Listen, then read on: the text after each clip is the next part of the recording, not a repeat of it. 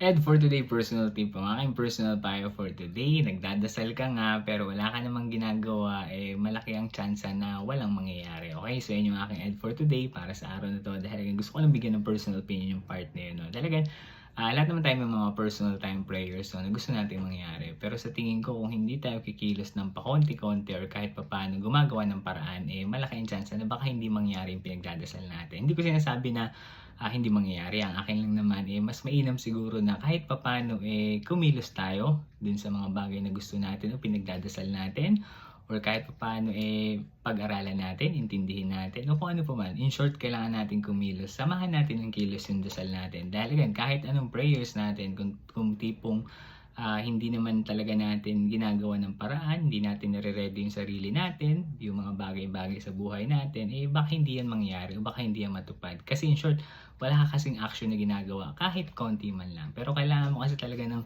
alam mo yun, konting action para mangyari yung mga plano mo sa buhay, di ba? So, in short, kilos ka kapag nagdasal ka. No? Hindi pwedeng dasal ka lang and then wala kang ginagawa. So, yan lang yung ating ad for today ngayon.